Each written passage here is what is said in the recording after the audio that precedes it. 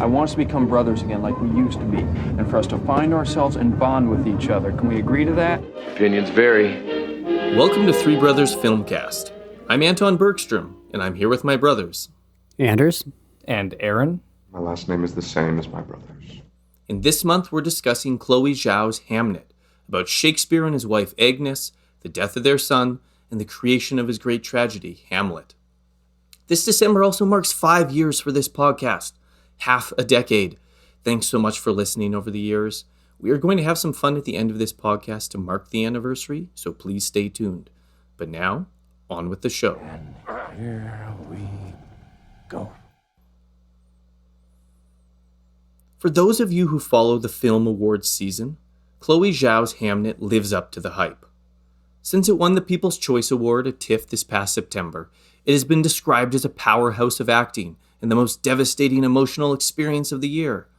I would agree.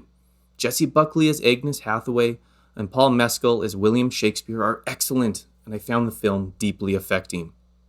But let's set aside the awards projections and the critics' attention-grabbing blurbs. My main takeaway is that Hamnet is a deep and beautiful film that has so much to say about the deep things of life, from love, courtship, and marriage, to having and raising children, to the balance of work and family, to death and grief, to art and drama, to creation and human creativity. It is also the most unique film I think I've ever seen about the life of William Shakespeare, to the point that it reframes how we might understand and interpret the life, play, and poetry of this literary giant. For me, it's the best drama I've seen this year. Okay, Ramblers, let's get rambling. Now, that's my opinion. Brothers, I don't actually know what you thought. All three of us have a bachelor's degree in English literature, some of us even higher ones. All three of us have thoughts about Shakespeare. Anders, what did you think about Hamnet? I did like this movie quite a bit.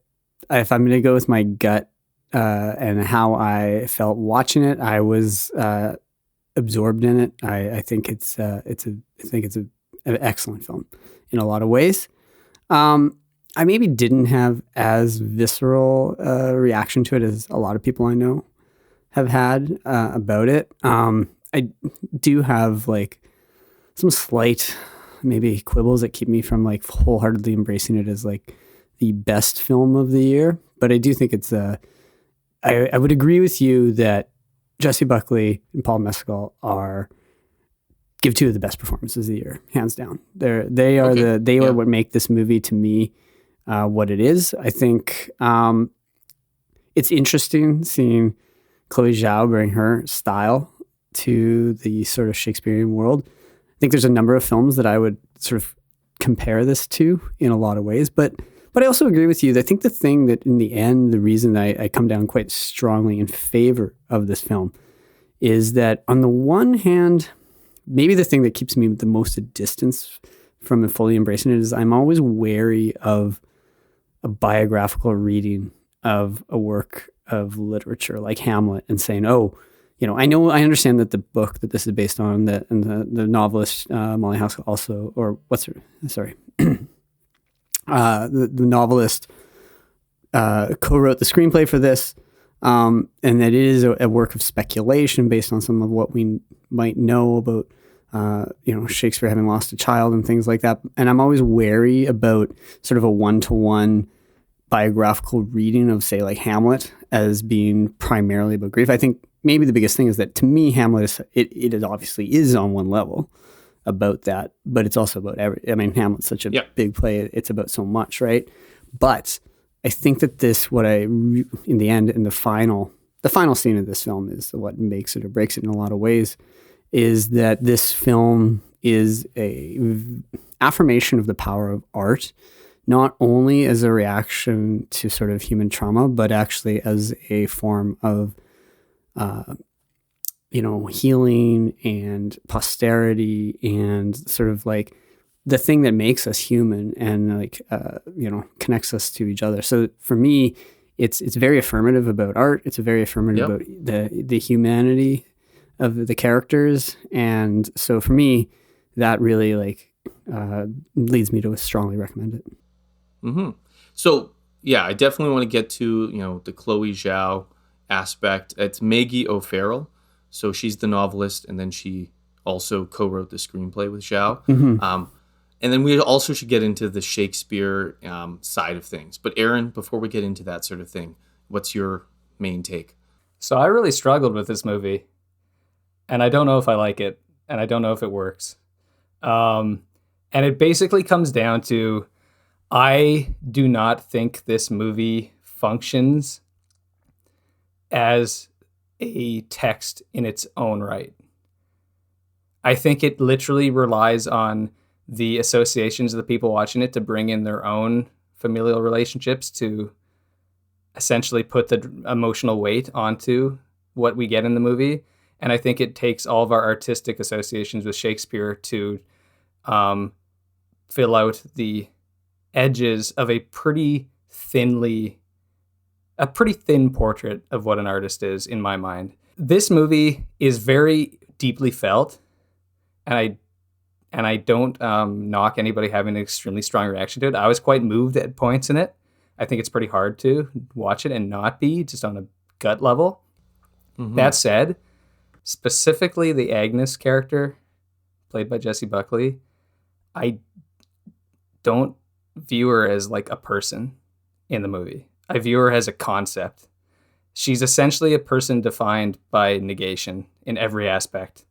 And literally by the central thing in the movie, which is her love of her children is defined by her grief of the loss of Hamnet.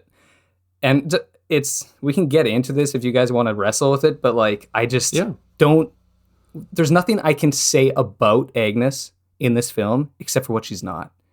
She's not a Christian. She is not a woman who wants to live in London. She is not a person who supports her husband living away. But what is she? What does she actually do with her time? We don't really see anything. We don't really know anything about Agnes as a character. We kind of just know that she feels these things. And then we connect the dots because there's so much portent and importance with the associations of this backstory to Hamlet and the fact that she's Shakespeare's wife. But like, I struggle with a movie that kind of sets her up from the opening shot as this almost Gaia figure. And then out of that, creates this notion of like the grand earth feminine mother, where there's nothing wrong with Buckley's performance there, but it's just, I don't see that as like an honest portrait of a person struggling with loss, especially compared to the movie that I was thinking about the most this year, which has nothing to do with this film, but it's also a movie that is deeply about loss, which was Sophie Romvari's Blue Heron, which I saw at TIFF. And I just thought that's a movie that lives so much in the specifics, like extreme specifics of what a person is and how they deal with it. And I don't feel like Agnes expresses anything in the specifics. It's all in the general. I think that I didn't have as strong a reaction as Anton, but I want to address a couple of things about this film. What I think is like, I actually don't think that this film is as interesting as a biographical speculation on Shakespeare. But I do think it has some interesting things to say about the characters. And to challenge the notion that Agnes Hathaway is this, negation character, I actually think the opposite. I think this film sets up a duality. This film, to me, and especially it begins with the story that Shakespeare tells her of Orpheus and Eurydice, and his gesturing back to the classics. And then you have her set up as you say, this sort of Gaia figure, in this film is actually ironically very in an era that is so obsessed with like breaking down binaries and all these kind of things. This film is actually very classical and philosophical in its interests. It sets up Agnes and William Shakespeare, whose name is not said until quite far into the film. Like if you didn't know, you wouldn't necessarily know that this was about Shakespeare and his wife. But it sets them up almost as if I can gesture the sort of the Greek notion of like that male is the Apollonian figure and the female is the Dionysian. So she is close to earth. Yes. She is rooted in the everyday, her knowledge of plants, her knowledge of medicine, the sort of witchiness kind of stuff, if you want to call it that. But I would say it's more this like earth stuff. He's about art. He's about ideas. He's kind of, an airy figure in that sense, right? And that's in the Greek creation myth. Yes. The union of heaven so and earth. To me, the film sets up these two things. And in the end, the play Hamlet kind of is the place where it brings them back together in that kind of sense. Now, we can talk about some of the, maybe in a minute, some of the references, but there's another film that I think deals with these things in a weird way that I think is actually a key influence on this. But Hold the film. I guess I would disagree. Rather than her being a negation, I think that the film sets them up as sort of a binary sort of dichotomy in that way. So I was reading a couple articles about this movie that reference some interviews with O'Farrell, circa 2020 when the book came out. And she talks about her impetus to writing the book was very much that she was interested in the character of Shakespeare's wife and in sort of the perceptions people sort of always sort of assumed about her, even though we know very little about her. And I think, Aaron, I would say it's not that you're entirely wrong, that it's negation, but I think because it does set up some aspects of the character, but it's also not trying to create this like robust portrait of a fictional person that we don't know. And I think the whole movie, on that sense, is purposely sort of oblique. And I think Anders is exactly right. And my sort of comment about this being a very strange Shakespeare movie is that, if you could somehow see this movie without the marketing, and that's impossible, I understand that. But the movie does not, apart from the opening, intertitle where it says, Hamnet and Hamlet are interchangeable in this time period. Other than that, it's about half the movie until we actually might be like, oh, this is sort of about that Shakespeare playwright guy. It's just a movie about this guy who's a tutor and he marries, the lady who is sort of associated with the woods, and then they sort of have a family. And the movie is really going out of its way to not tell the Shakespeare biopic we would expect. And so I think that the film is actually trying to sort of fill in.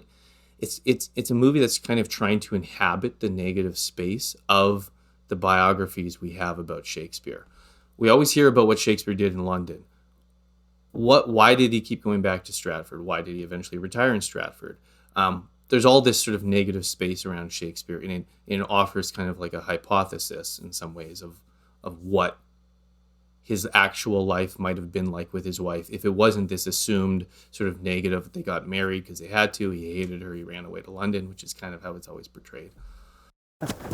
Agnes, wait.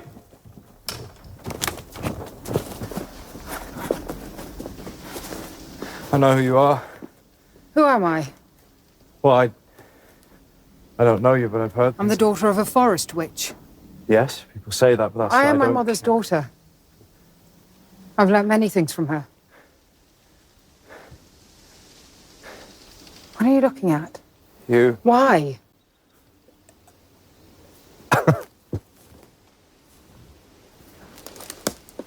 I thought you were a man of words, Master Tutor.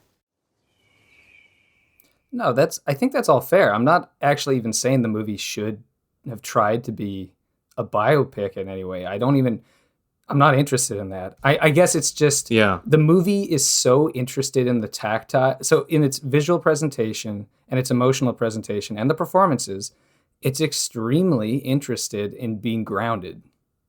It's all natural light. It's lots of close-ups. It's all these historic homes and these actual physical spaces that the characters are in the woods or in a muddy street or in a dusty top attic room. They're not on sound stages. They're not on fakeness of any way, shape, or form. The characters don't have discernible makeup on, really. Their clothes seem period accurate. The movie seems really interested in fidelity to detail, but it actually seems empty. And it seems empty in the details of people as they would live in that time period or in any time period. That's the thing that bothers me, is that if this movie wasn't about Shakespeare, I would be completely disinterested in these people's lives.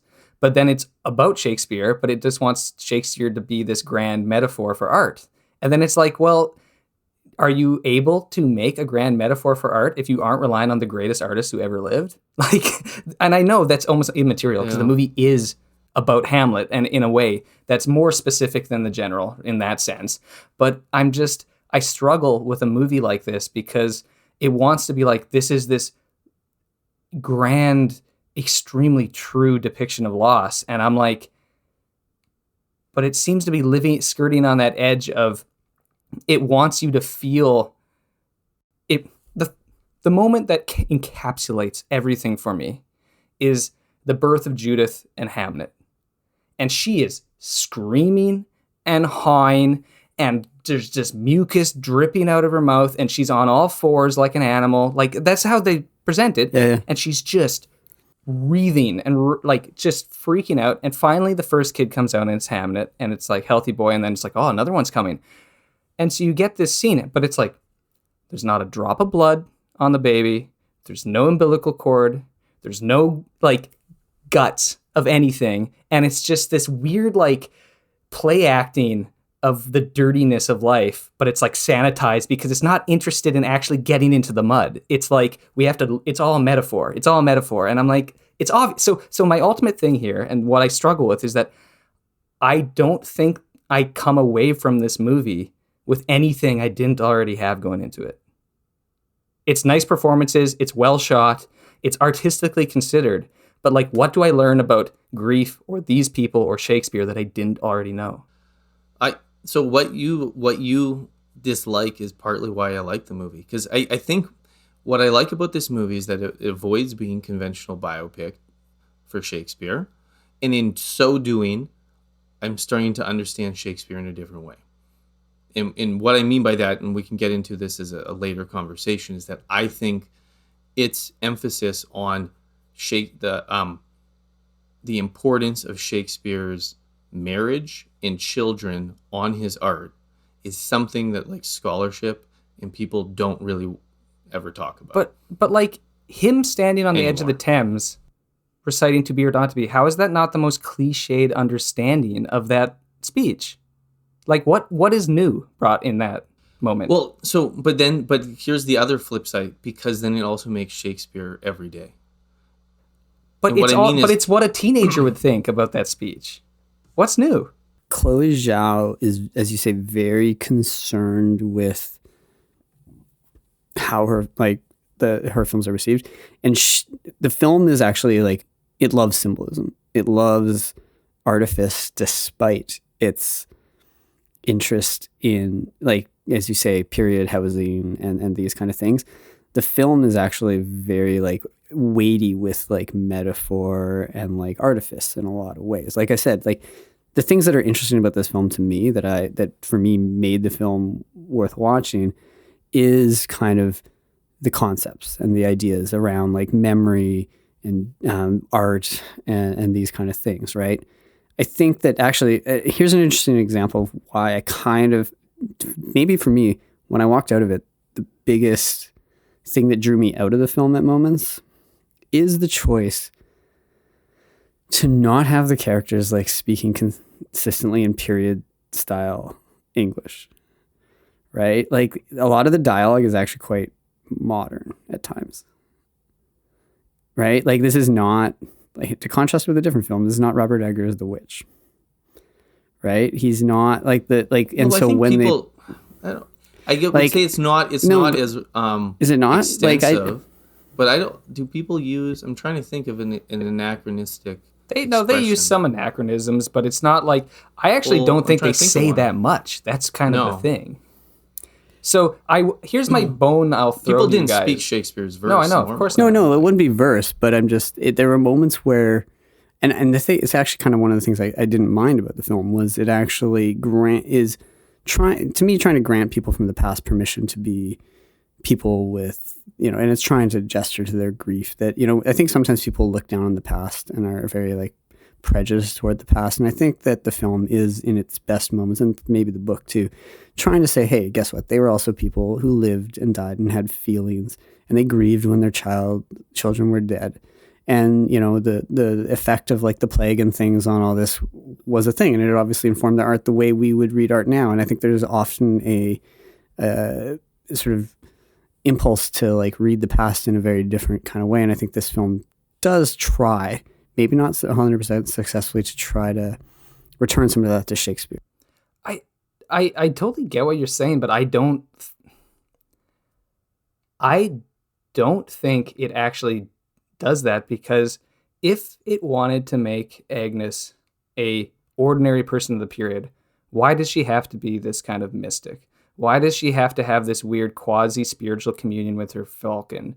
And why does she have to know how to do magic, basically, with her herbs? And why does she have to resist going to church? And why does she have to have an evil stepmother? And why does she have to have a weird antagonistic relationship with him? And why does she have to have this weird mapping relationship with Shakespeare's mom, where she seems to hate her, but also essentially takes her specific comments about, like, cherish every breath of your child as if this, and creates it into her whole personality. What I mean is that the movie actually is not interested in the mundane people of the period at all, basically. It's only interested in Shakespeare as this window into a grand metaphor of the period, of what it means about art and grief and life. And so I actually think if I would have preferred a movie that was rooted in the mundane of the 16th and 17th century, as opposed to a movie that is only using this as a avenue into some grander, rather, in my mind, rather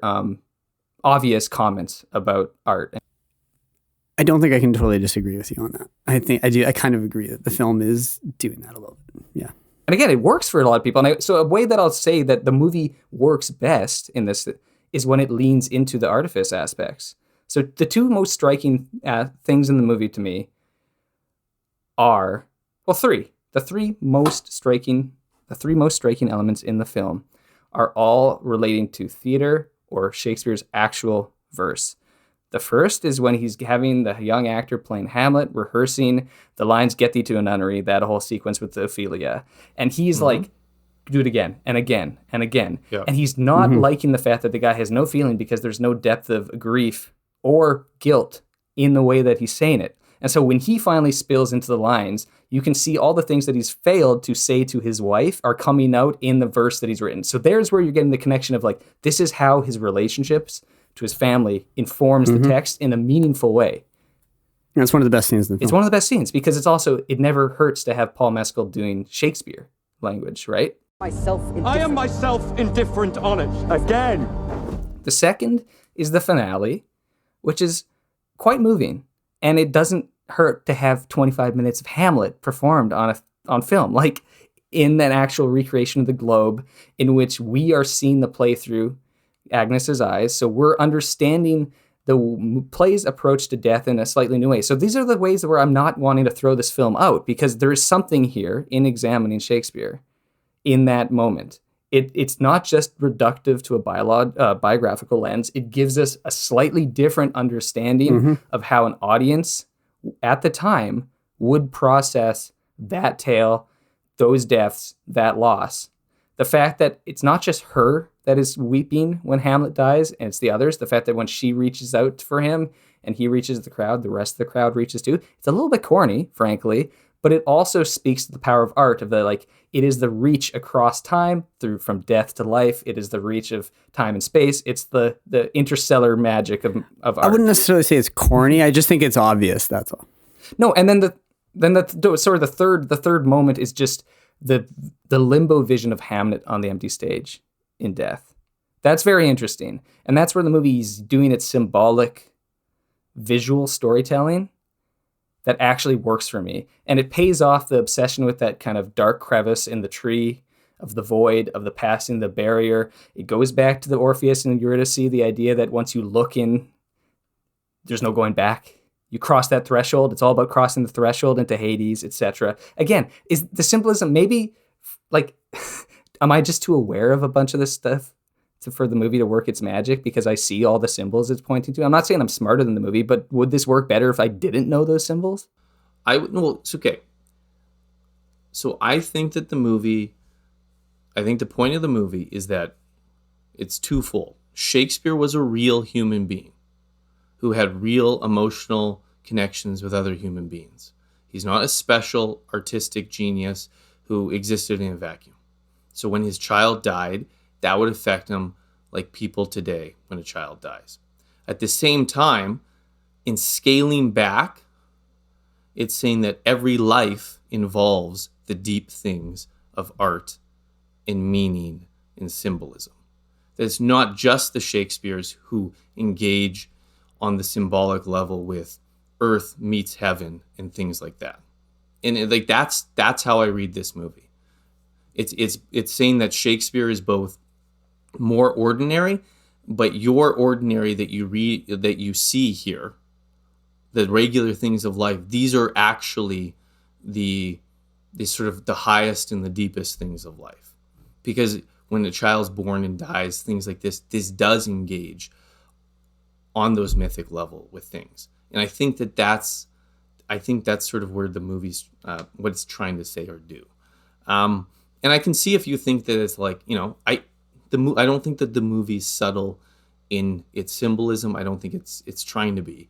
After I saw the movie, I was really trying to figure out, and I don't know if I fully understand, but I was like, okay, if we're trying to sort of fill in this portrayal of Agnes, this character who we know little about from history, why would we make her a seer? Why would we make her, whether she's a witch or someone connected with the earth and the old ways and all this sort of stuff?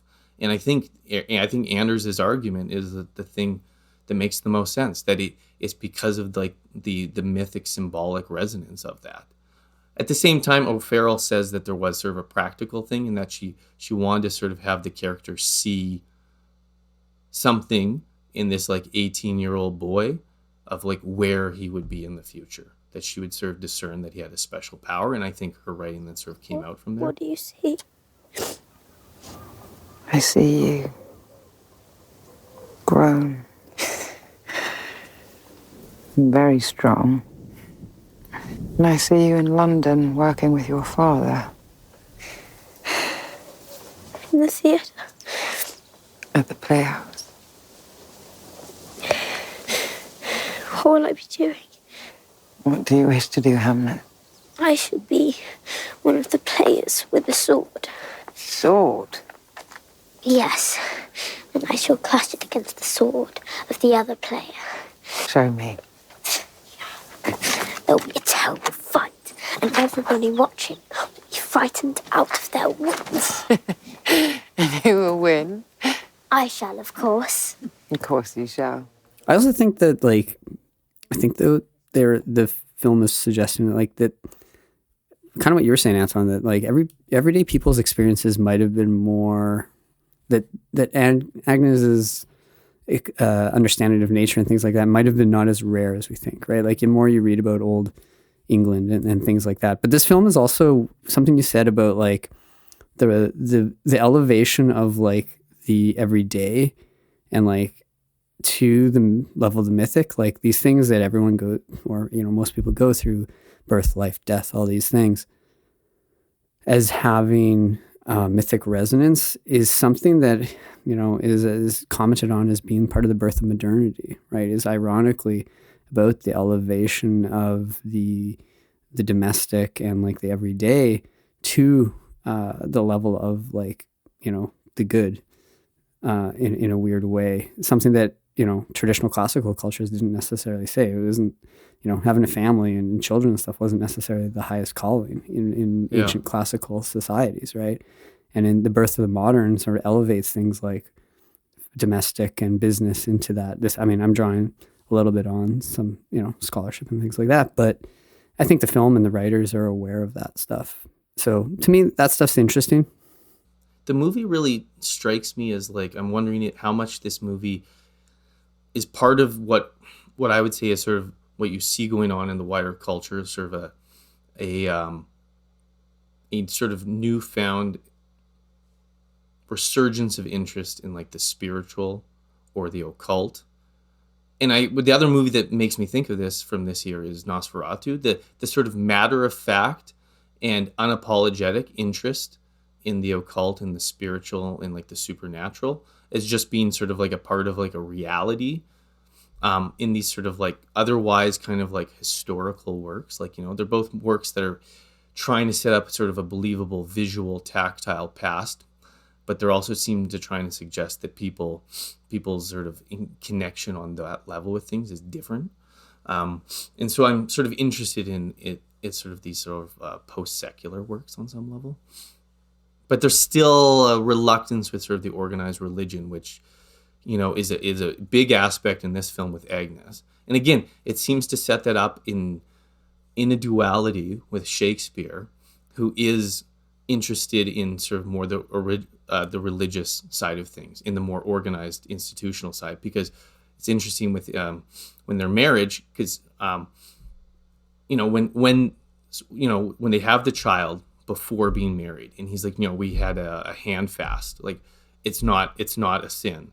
Because at this time, just anyone listening, like at this time, marriage had not become fully integrated into like a civil thing, like, and it was debatable whether people could sort of like marry themselves and things like this. But Shakespeare is the one who brings that things up. That's immaterial to Agnes. She's on the sort of like the old religion side of things, like the pre-Christian. And again, it seems to come back to this heaven-earth like dynamic being set up. Also makes me think of some of the Chinese myth stuff too. Maybe we want to talk about Zhao as a filmmaker and influences and other things. Well, obviously Malick. Right? I don't think actually anymore she has any Malick. No, none. No? No. Why? What's Malick about this? What's the play with memory? There's nothing. It's literally shots of trees if you're talking about Malick and close-ups and natural lighting. Because I watched Train Dreams last week, and Train Dreams is way more Terrence Malick in terms of its visual construction, to a point where it's very clear that Clint Bentley was like studying Malick and trying to ape the shots. I think Zhao has become her own thing here, but I actually, at points in this movie, was almost frustrated with the natural lighting, where I'm like, can you please get me a shot that's not the sun coming through a smeared window or a candlelight? Not everybody can be Stanley Kubrick. No, because this movie, as you guys have said, is not, it's not particularly a realism. So why is the visual presentation that? I would have liked a little bit more of the Nosferatu, of the, give us a little bit more magic in the visual presentation that actually brings the mythic into the camera. Because I actually am starting to think that Zhao is a fairly limited visual stylist.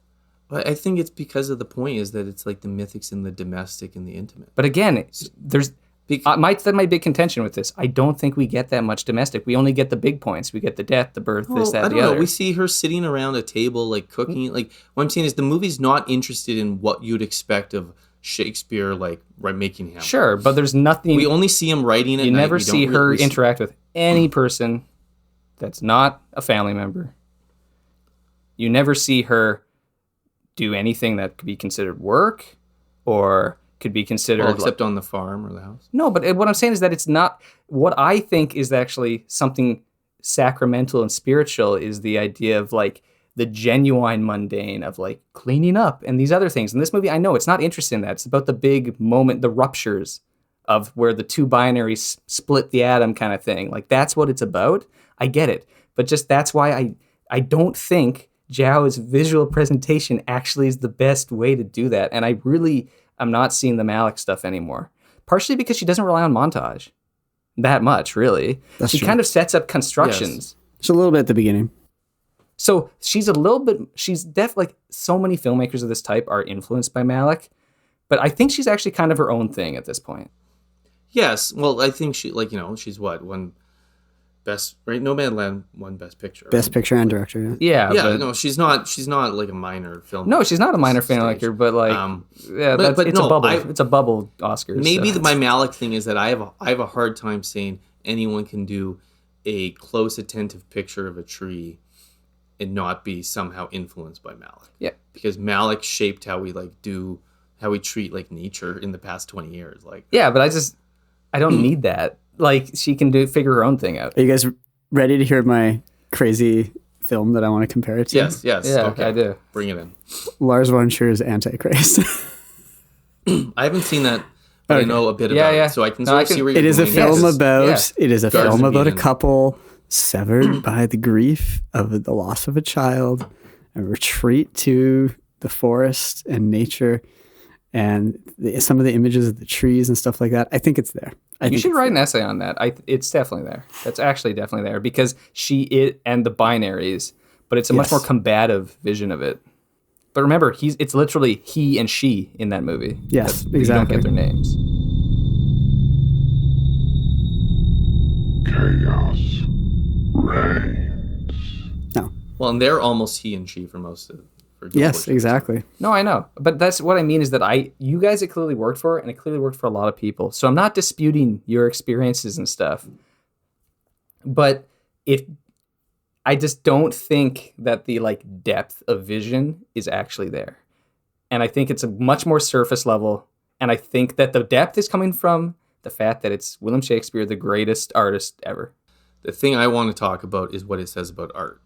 And this is why I think the Agnes Will duality that Anders has set up is important.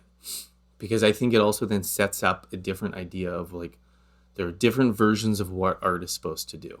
And I think this even feeds into why she does Hawking. So Hawking, right, is all about falconry, trained control of a bird, right? And you can think about whether you train an audience to do certain things. But so Agnes, I would say that at the start of the movie, I thought my sympathies were supposed to be with Agnes. And I think by the end of the movie, I think that the movie shows that her obsession with control is a flaw.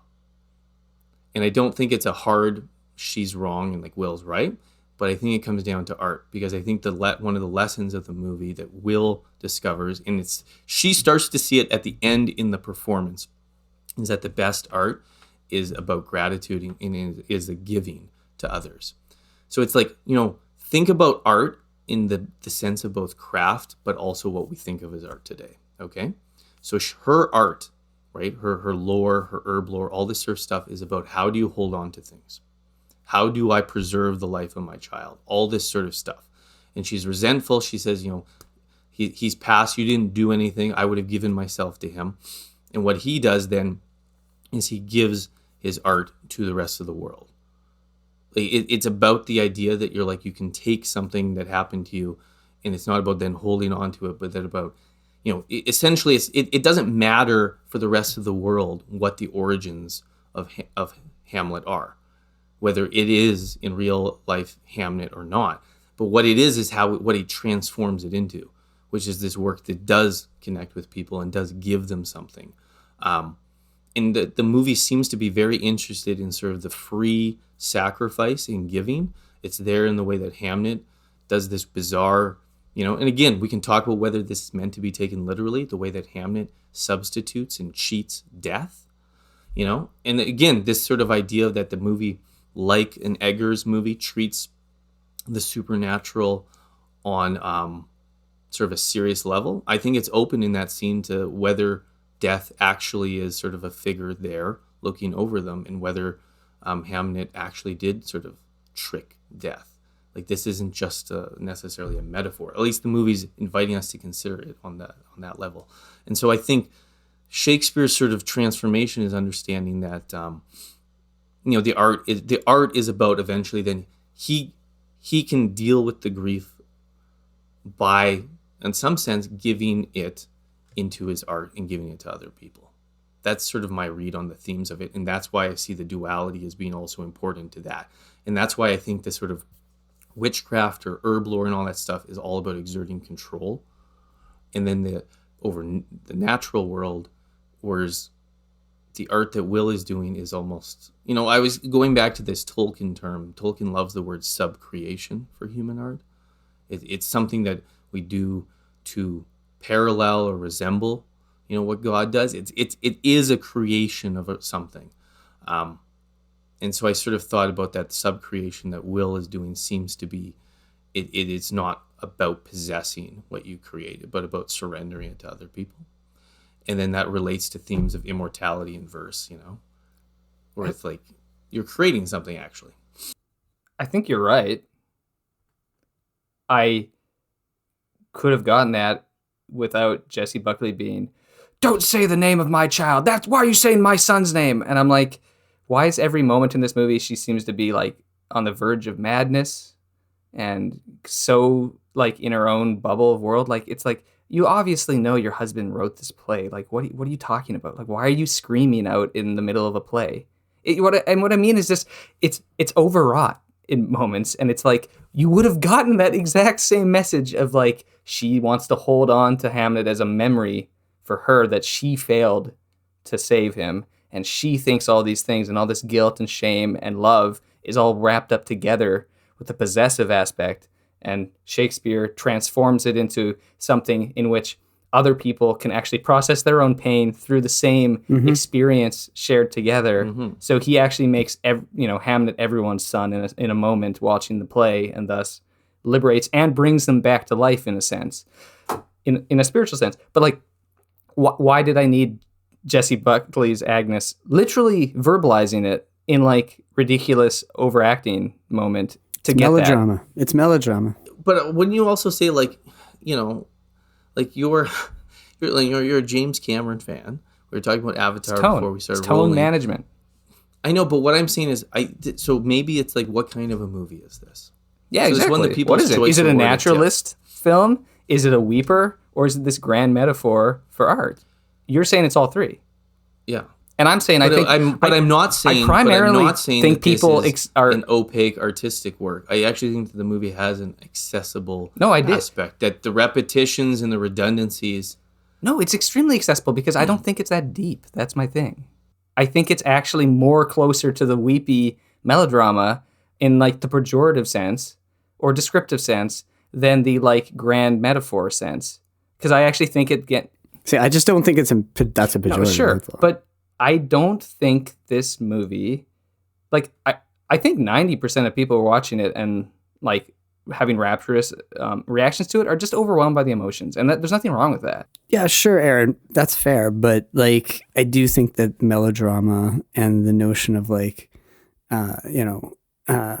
the suffering of the characters and all these kind of things that are very accessible is totally fine. I think there is a tendency, I think people need to position this film in some ways in the lineage of the melodrama and the women's picture of older films. But those old pictures are living in the specifics of individuals where their emotions actually take on mythic dimensions. It's not also layering a bunch of grand symbolism on top of the individuals. The individual's emotions are enough. And I will agree that to me is Zhao's biggest weaknesses. She's all in Nomadland and in this. I haven't seen Eternals. But how is the writers? I think the writers are sorry, best. the writer. To go back to what question you were potentially wanting to ask us, the writers are best film. Yes, that I've seen. Absolutely. Because she gains so much from capturing reality. Because her approach works when the myths are layered onto the specific details of these people's lives. And she doesn't need to bring that in her script, because in something like The Rider, the experience of him breaking horses, of being this rodeo rider, of his getting his brain bashed in by a horse and coming back, and the training and the specifics of him training. No, but also like him training his friend who's been paralyzed and they're pretending to be riding the horse. Like, that is such minute detail about what it is to process the limitations of life, the low points. You can have, and it brings in these symbols and it brings in these grand elements of what it means to like heal and to experience life and to feel alive again, even if your circumstances are physically constrained. But this movie does that, and then it does the other, and then it does the other. And so my issue is that it's three kind of movies interacting with each other in a way that I'm not like convinced by.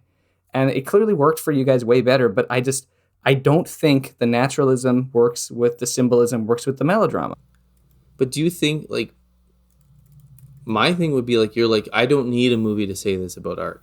I would just say that, like, when I can't remember a recent movie that I thought said better stuff about what art actually is.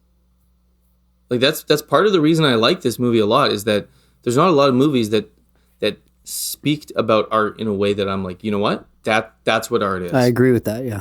I think a lot of films nowadays would tend to focus only on the trauma, and that's the way people read it. I think this film pushes beyond that, and that's why I liked it, right? Like, I was like, maybe that's a very personal way, but it's like to read a film. But I'm like, ultimately, I was like, no, I agree with the thesis or philosophy of art that the film lays out, and so that makes it easier for me to overlook some of legitimate to me sort of things that hold me back from like being like, oh, this is a masterpiece or the best film of the year or anything like that. And I admit there's a whole aspect of this that is someone who someone who studies Renaissance lit. I teach Shakespeare. I've been obsessed with teaching in Romeo and Juliet. how Romeo and Juliet it premieres 1597, 1596 is the summer that Hamnet dies. And so it's like, in that play, Juliet's 13. Shakespeare changes the age of Juliet to be 13 from 16 from his source. At that age, at that year when he's potentially writing this, his daughter Suzanne is 13. And he had just had one kid die. And maybe the death of young people is in his mind. Because I think there was some overwrought biographical readings of Shakespeare that have plagued things, but the scholarship had moved so far away from it to being like, it is sort of weird that often people are like, yeah, if your kid dies, why do we just assume that wouldn't be a big deal? And so there's a whole aspect of this that really appeals to me because it really struck me in terms of my interest and love of Shakespeare and starting to be like, you know what, maybe there's more to this. The way it brings in the sonnets, which were also probably started around this time, but you're like, oh yeah, so you're writing about the death of beauty and this person in sonnet 12, when I do count the clock that tells the time, like that's the one that's quoted in the movie. And you're like, I hadn't ever thought about that. But if he's working on this around this time when his kid just died, I just started to think things I hadn't been thinking about Shakespeare before. So that's, to me, it does work on those three ways. And I understand if it wouldn't for other people, but I also like that there's an accessible level where it's like, I could teach this and I feel like students could come away and be like, actually sort of have something interesting to talk about on what is creativity? How do we do, how do we make art? What is it about? There's a weird connection in this film to another film that deals with the question of how do we deal with the loss of a child and things like that, which is that I didn't know going into this film that Max Richter did the score. Arrival, yeah. Yeah, and he reuses the score on The Nature of Daylight, that piece at the end, and I was like kind of thrown off by that because he does have some original music in this movie, and I was like trying to figure out why he reused that piece in the end Shakespeare performance. That's actually maybe one of the things I liked the least about the film. It drew me, because I'm like into Richter's music and stuff, it drew me out of the film, and I was like, wait, why is he using that music again? Because it's used in Arrival. In Arrival, it's used at the point when she, well, it's an overused piece of music at this point. Yeah, exactly. And why did she use it? Because she's not digging deep. She's going... No, but he's the composer too. No, I know, but what I'm saying is she made the choice. She's the director. She makes the call. That doesn't mean it's not... To repeat something doesn't mean it's not but what I'm saying is that the movie but is not it makes an interesting new. connection to Arrival, which is another film that posits, something about the value and meaning we make out of the grief.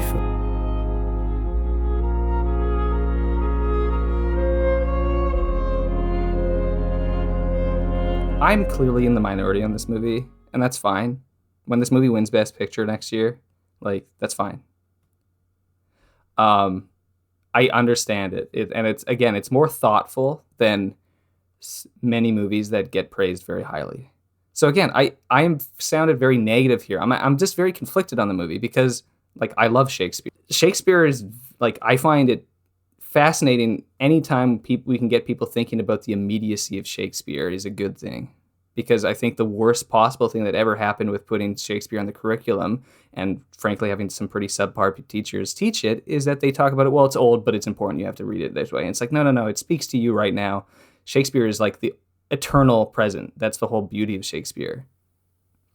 But the movie I was thinking about in contrast to this, or comparison and contrast, was Don't Look Now.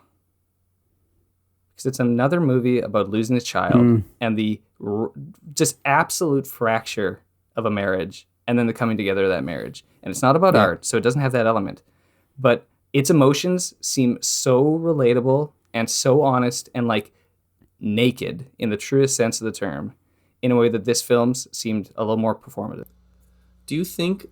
So what I find interesting is what you're describing is sort of the things you don't like about this. Now I'm thinking back to Nomadland, which is a movie that, I liked, I didn't love. We reviewed it on this.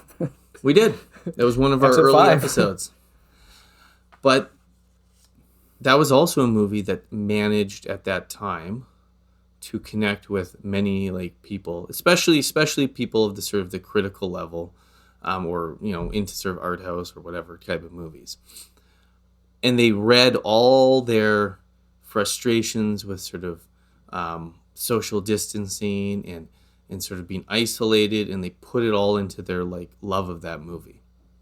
And I'm wondering if that is actually perhaps then, if we have two movies that where people seem to be putting their stuff onto the movie and being able to see themselves in the movie, there seems to be something about what she's doing that seems to be maybe her like one of her strong points. I would even go further and say that this film is like one of the reasons it resonates with people is sort of societal grief, the frustrations and griefs of the COVID era, of all those kinds of things, or political, issues, and people feeling like that. We were told to just move on, pretend all that stuff never happened, whatever it is, and you're like, you can't move on, right? And this film is, I think that's why it's touching a nerve with people. People are like, wait, no, we did feel a loss, whether you lost people, to disease, or whether you lost experiences and important moments because of, all the restrictions and things like that, or even like, frame it how you will. It's obviously been a pretty insane last 5 years since we started this podcast, right? And I think that you can't isolate people's reaction to the film from the social circumstances, as you say, right? Does that mean that this film resonates more right now than it will in a decade or 20 years? I don't know. But that's fine I think if it does. Yeah. Like, absolutely. Zhao has a talent, I think, for touching people in a specific time and place. And I have no interest in judging a movie as to whether it's going to be like timeless or a classic. That's not really interesting. Like, and clearly you have to give her credit for the fact that like this movie is touching a nerve. It's striking a chord. It's moving people, and they're getting something meaningful out of it. And so that's why I have no interest in dismissing this movie. It's a movie to be wrestled with, which we've done for No, now. not yet. Hey. I'll miss you. But I have to go, you understand? I know. I understand. That's good. Because I need you to look after your mother and your sisters. Will you do that? Yes. Will you be brave? Yes. Yes. Will you be brave? Yes. Will you be brave? Yes! Yes, I'll be brave. I'll be brave. Well, in mention of Nomadland in episode 5 from April 2021, maybe let's segue to discuss, or to sort of celebrate as well, 5 years of the podcast. So we launched Three Brothers Film early in 2011, and in December 2020, in that dark winter of the pandemic, we decided to start this monthly podcast. In episode 1, we discussed David Fincher's Meg. It's Orson Welles. Looking back, it seems we first spent most every episode lamenting the closing of cinemas and the state of streaming content.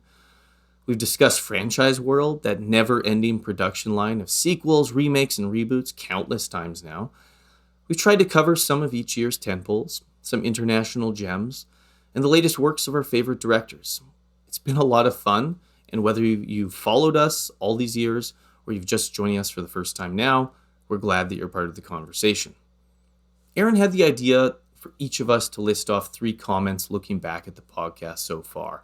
From reviews, maybe we want to walk back, to movies we wish we'd covered, to our favorite episodes.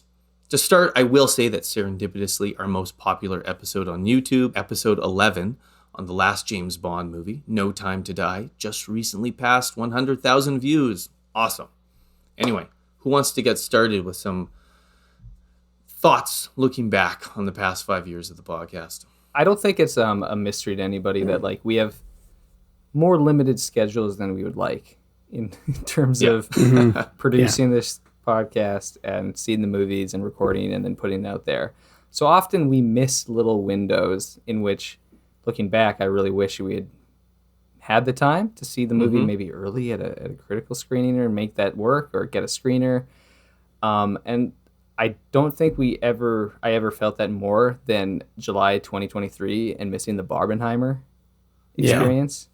And it's so cliched, but it's also like that's kind of the reason you do some of these podcasts is to like tap into the discourse, however much I might bemoan it. And it's just, it was like, it's just up there for you to, it's a cookie. You just need to knock it out of the park. Like, and just the fact that it's, it was an end of July made it really hard to see or be like, we got to turn. I was traveling as well. Yeah. And the other, like I was back in Saskatoon, so it wasn't really like possible to record there because I don't have a laptop, which I'll get in one, don't worry. But send funds. It's fine.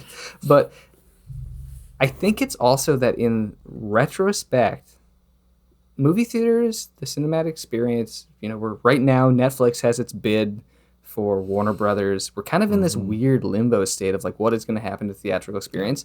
And it's becoming very, very clear that Barbenheimer was not a resurgence, but a last hurrah of the cinematic summer movie. Yeah. So it would have been nice to have this episode capturing that. And I would also say then that was also our opportunity. Like we haven't really talked much about Nolan on the podcast, actually. True. Yeah, It's true. Nolan heads. Yeah. Because Tenet came out right before we started the podcast. I was going to say that would have been a nice one to start it with, but maybe we'll have to get to the Odyssey next summer then. One of the things I always think about funny about the podcast, and it kind of ironically happened again on this episode, is that I find myself neither being like always the biggest booster of a movie or the biggest stop hedging your bets. Detracting. I always want to like play the mediator, the reasonablest. Well, no, it's just like sometimes it takes time for there's a couple times where I came out into a movie and I was a big booster. I remember last year on this time in Nora, I was the big fan of that and stuff like that. But I think we all liked it a lot. But like I'm trying to think of like movies that we talked about where I'm like, I think actually probably a couple of years ago, I was probably overly enthusiastic about Napoleon, which I still like, but it's like, I think I played that up a bit. But I do stand by one of my favorite episodes was when you guys both loved Matt Reeves' The Batman, and I was like, nope, not having it. And I'm still like, nope, not having it. I love Pattinson, and I like all the people. I'm like, I still don't. I'm still too old for this shit. Listen, you, the vengeance. I wrote down Napoleon actually as a movie that it's one of those movies where like I don't know if it's good, but it's often in my mind, and I need to go rewatch it. I got to watch the 4 hours. I should probably watch the long version. Yeah, I'm very. I was gonna really walk back. I think I really misunderstood Wonder Woman 1984 on our second episode. I think that's probably actually. No, I'm just joking. I think we were all correct in saying that was terrible. It's baffling. Actually, one movie that like I felt like I kind of was sitting. Not on the fence, but I wasn't as enthusiastic as you two, and I've definitely grown more. Was that when we talked about Top Gun Maverick? Mm-hmm. Like I definitely didn't like. I think that episode we also talked about Jurassic World Dominion. Yeah. Oh man. And we all concluded that was bad. But like I was sort of like I don't know, like it's good, but is it that good? And then now I'm like, it's great. It's great. Yeah. I mean, I was going through the archive earlier, and I was like. How many takes where I'm like, I don't feel good about it now, not because the critical consensus has changed, because I think that's coward's way out. Yeah.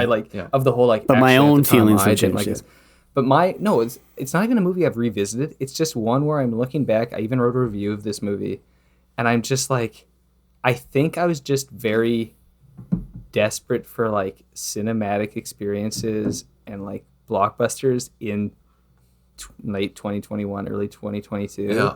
And it's The Matrix Resurrections. I think I was way softer on that movie, where now I think back and I'm like, I don't know if that movie worked at all. I think I just really liked seeing Keanu and thought it had like a neat concept.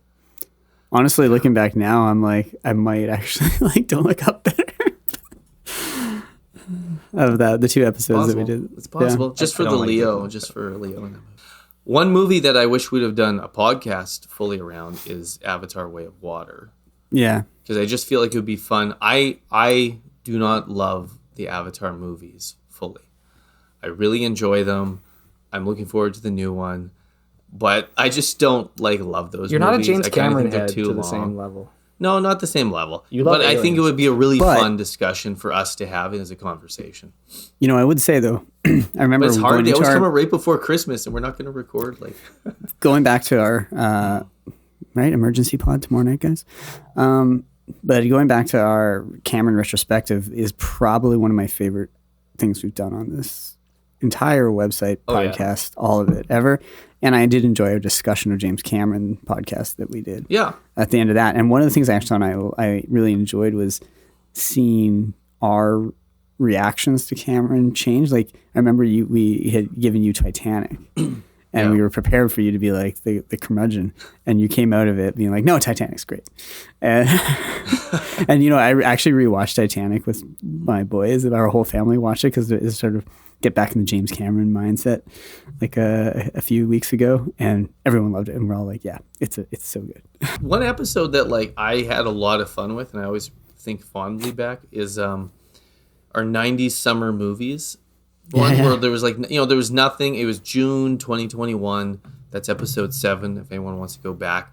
And we just dug back into I think the criteria was that you can't take Jurassic Park or just any of the biggest movies of the 90s. But what's something that you'd sell as a great blockbuster? That resurged my interest in the now sort of love of Twister out of that. But I had such a good time watching Waterworld again. It's a good one for anyone who wants to go back because it has no connection to what was happening at that time. It's just about 90s movies. Yeah, I wish the algorithm favored that kind of stuff more because even this October we did our horror movie draft and they never do as well as I wish just because it's not prioritized by novelty.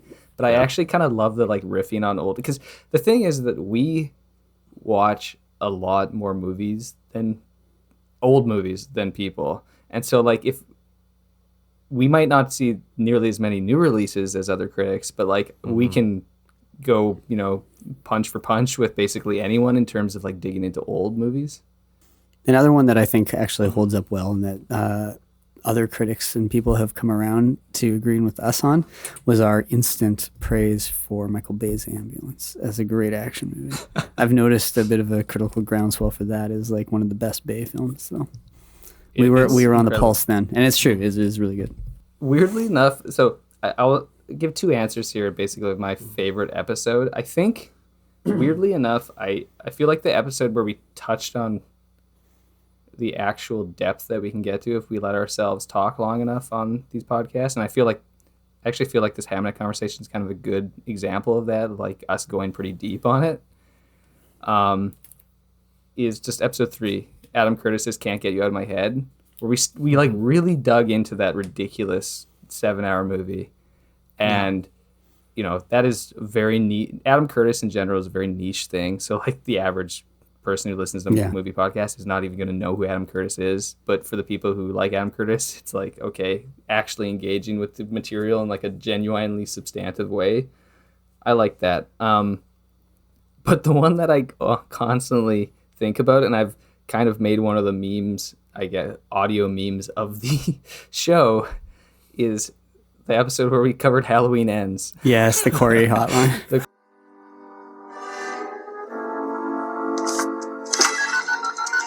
Hi, you've reached the Corey hotline. $4.95 a minute.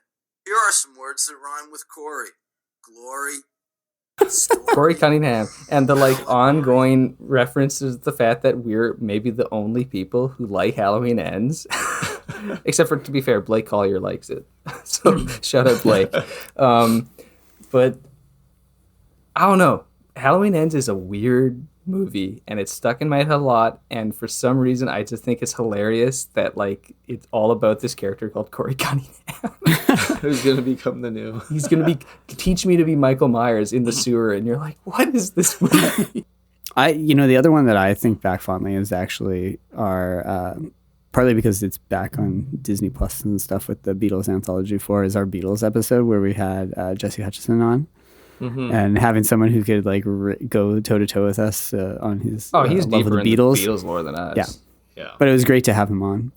And I think it's sometimes fun to have someone else in the mix. But it's hard, I know, with three brothers, it gets real busy. We like to talk over each other, so it's hard to invite someone on to talk over them. Yeah. It's fitting that the first one, I think also, I always think it's sort of fitting that the first one was on Mank, because it's just, it's like Citizen Kane, right? Yeah. Yeah, well, it's just, it's a movie about movies, and I think it was a good one to start, our conversation about the movies. I don't think our cover art or our opening music would actually be the same if we weren't doing Mank, because RKO is in the head, and then we had the old timey movie theater sound. Yeah. Absolutely. Well, it's been a fun 5 years of having this conversation. We just hope that you can continue to listen. If you haven't rated us 5 stars, if you could go do that, that would be great. It's a great way to get new people to listen. Thanks for listening, and we'll catch you next time. Goodbye, Mr. Bond. I bid you farewell.